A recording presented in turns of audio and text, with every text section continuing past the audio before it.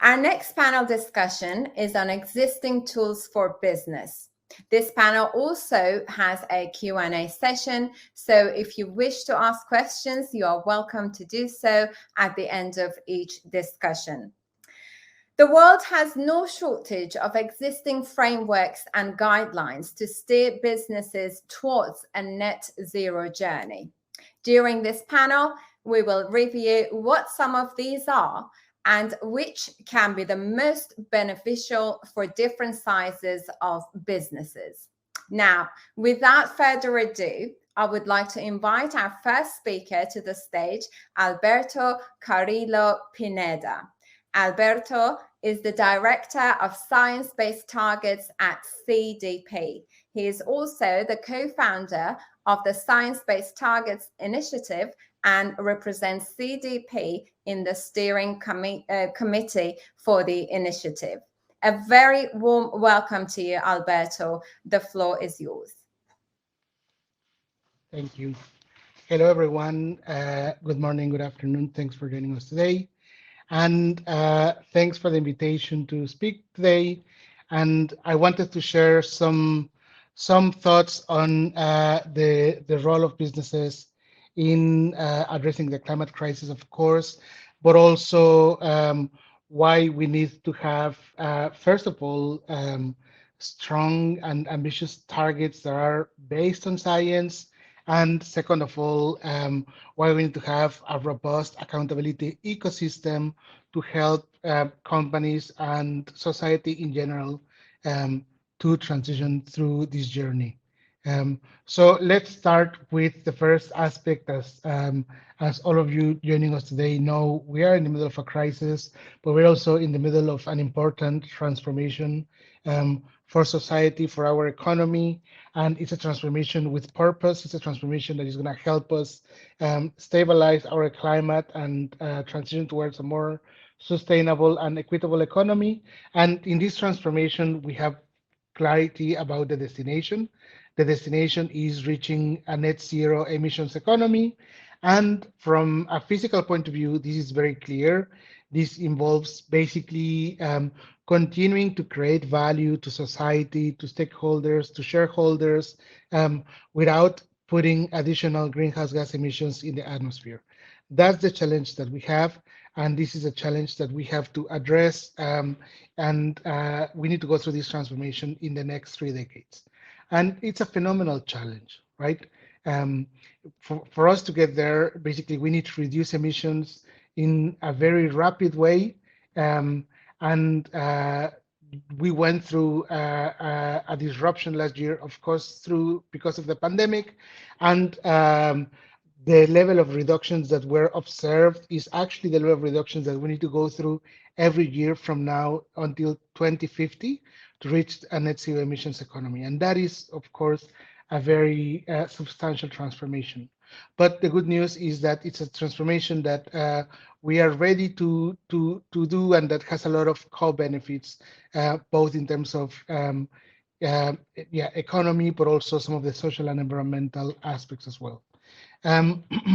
Now, with the realization of net zero as a destination, there has been a rapid increase in the number of companies, countries, financial institutions, cities, regions, and others that have embraced this challenge and have committed to set net zero, to reach net zero emissions in their operations, in their value chains, in their organizations, depending on the nature of the entity or in a jurisdiction. And this is great news. Just before COP last year, the climate conference organized by the United Nations, we reached already almost 90% of global emissions covered by some sort of net zero target. And so we have now a very clear signal in terms of the direction that we need to follow. But now we have the challenge of how do we translate this ambition and this support for the transformation that we have to go through into the actions that are needed for us to really move in this direction, right? And that's where the importance of translating this ambition into concrete and ambitious targets is critical. And that's what the Science-Based Targets Initiative does. The Science-Based Targets Initiative is an independent initiative run by some of the four largest organizations working with companies on environmental aspects and sustainability, CDP, the United Nations Global Compact, the World Resources Institute, and WWF. And we've been working with companies for the past 7 years in driving the adoption of climate targets that are based on science, that are consistent with the level of decarbonization that we need to go through to limit warming to 1.5 degrees or well below 2 degrees. And that is really at the core of what we do. With the emergence of net zero and the growth of net zero in the corporate space and the financial sector space, we started working on the development of a standard. And we published this standard last year. And what the standard does is basically to identify the key aspects that make a net zero target credible. And so, for instance, some of the aspects that we find critical for a credible net zero target include that the target includes all the relevant sources of emissions in the value chain of a company. Not only those that are easier to reduce, but a full assessment of emissions and basically to include all relevant activities in the scope of target. The second one is there's a number of tools that companies can resort to mitigate climate change, including, of course, reducing emissions at their source. But they can also help, for instance, accelerate and protect ecosystems and to help reduce emissions in other parts of the economy through the provision of solutions, through the provision of finance. And what the standard also does is to help identify the role of each of these and to ensure that ultimately climate targets, first and foremost, reduce emissions at source, that those activities that need to be decarbonized get decarbonized, but also to incentivize that companies go beyond that and find ways in which they can help the wider societal transformation to reach net zero emissions. The third aspect that we have included here and that is important for credible net zero targets or climate targets is the fact that many of these targets are long-term targets. We need to reach net zero emissions by 2050, and that is 30 years from now. While this long-term clarity is necessary to inform the direction of a business model and long-term capital investments, for instance, we also need short-term targets that lead to action today. And so another aspect that we include and incentivize companies to do through our framework is for companies to set interim targets. Those are targets that occur basically in the next 5 or 10 years, and that are basically the responsibility of the current leadership of a company, the current CEO and the current executive team, not the responsibility of the leadership team that is going to be in place in 30 years from now. And we think this is critical for the credibility of targets. And I would say the fourth aspect that is critical is to have an independent third-party assessment on targets and on progress against these targets. And that is what SBTi does. We provide an independent assessment of targets. We validate that those targets are consistent with ambition needed to limit warming to 1.5 degrees. We're also in the process of developing a framework to assess progress against targets also in a robust and independent way. So far, we have around 2,500 companies that are in the process of science-based target setting. About half of these companies have gone already through the process of setting their targets and getting their targets independently assessed by the SBTi. And about half of the companies are in the process of setting their targets. These companies cover already about 20% of the global economy. We have some of the largest corporates already setting science-based targets. So it's really a growing movement. And yeah, we have made a lot of progress, but we still need to make much more progress in order to cover most of the emission sources that we have today and to be able to address the climate crisis. So this is, I would say, the high-level summary of why we do what we do and the role that we help companies play. And for those of you in the audience that have not gone through a science-based target setting process, we encourage you to do that and to join this movement and to join this transformation that, as I mentioned, is one of the most important transformations that our economy needs to go through in the next 3 decades. Thank you very much.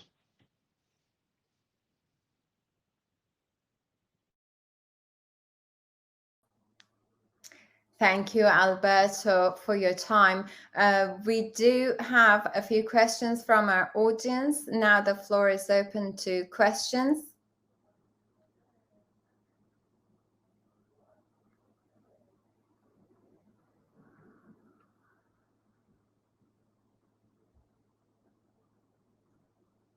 We are waiting for the question to appear on the screen.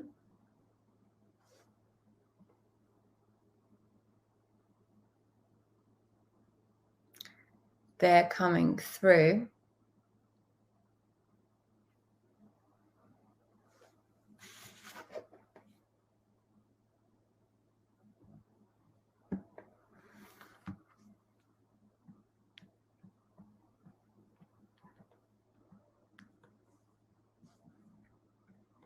Are there any questions from the audience? You can have it in the Q&A box and share your questions with us.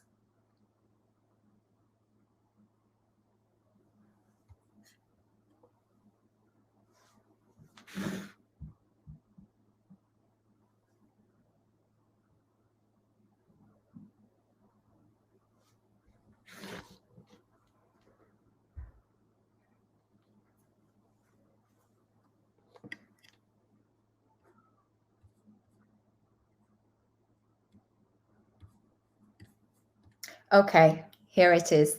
Can you provide some commentary on the new climate initiatives report on lack of scrutiny of climate pledges of the largest corporations? Yes, very happy to. So first of all, for those of you who are not familiar with this exercise, it's an assessment that was conducted by the New Climate Institute and Carbon Market Watch. They looked at the 25 companies, some of the largest companies worldwide, that have made net zero targets, that have adopted a target to reduce emissions to net zero. And they assessed these targets against a number of criteria to see if the targets are robust enough.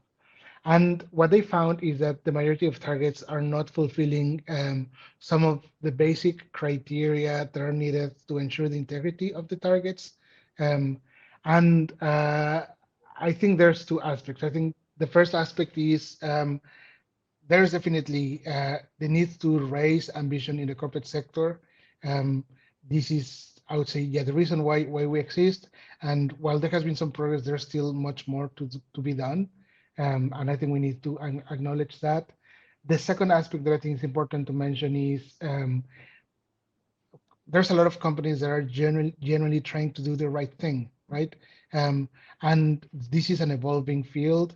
And a couple of years, 3 years ago, when the IPCC released the latest report on 1.5 degrees, and net zero became a relevant concept. Many companies generally started to embrace this as a concept, as an ambition, but there has not been clear guidance about what constitutes best practice in terms of net zero target setting. And so we have definitely lack of clarity and lack of guidance. And that's one of the reasons why SBTI started this process to develop standard for net zero targets.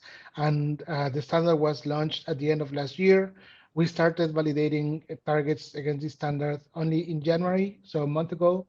And we hope many companies will go through this process because we need to ensure that climate targets adhere to the highest integrity criteria. And it's key for us to really translate the ambition into the action that is needed. There's definitely also some companies that may not have the right level of ambition and that may be using net zero in a way that could be misleading, but I think, yeah, we have both, and we need to bring everyone that has embraced this ambition to the highest level of integrity. Thank you. And now our next question. What is your thoughts about the SMEs only being available to set SBT for scope of 1 and 2? Is this enough? Well, I think, I mean, it depends on the nature and the structure of the company. We know that scope 3 is the biggest challenge for small and large companies. And we think scope 1 and scope 2 is a good starting point for SMEs. And that's the way in which we approach this in the SBTI. We think that ultimately SMEs also need to go through the process of identifying their their impacts across the entire value chain and to take action to reduce emissions across the entire value chain. Ultimately, what we need is not for individual companies to transition towards net zero. That is impossible. What we need is the entire economy to transition towards net zero, and that requires to create value chains that are net zero aligned. And that goes from the companies that are ultimately facing consumers to everyone that is involved in the transformation of products and services to upstream producers. And we need everyone to be aligned. And if we don't have this alignment across the value chain, we're not gonna get there. So yeah, I think that should be the end goal for this transformation. Thank you, Alberto. And our last question for you from the audience. What advice do you give to companies who wish to work with initiatives like SBTI to determine their entry criteria and exclusion criteria? Well, the first invitation is we have a lot of resources on our website. We have a number of case studies. We conduct webinars, training on a regular basis. Yeah, we have quick guides that support companies through their journey, identifying where to start, and then what is the process of setting their targets and getting their targets validated. So definitely we would advise you to start by going through the resources that are available on our website, and also to get in touch with us, with other organizations that are working on this topic, with companies that have gone through this process. I think there's a lot of peer learning that is critical, and those would be my recommendations. Thank you, Alberto, so much for your time and being with us today.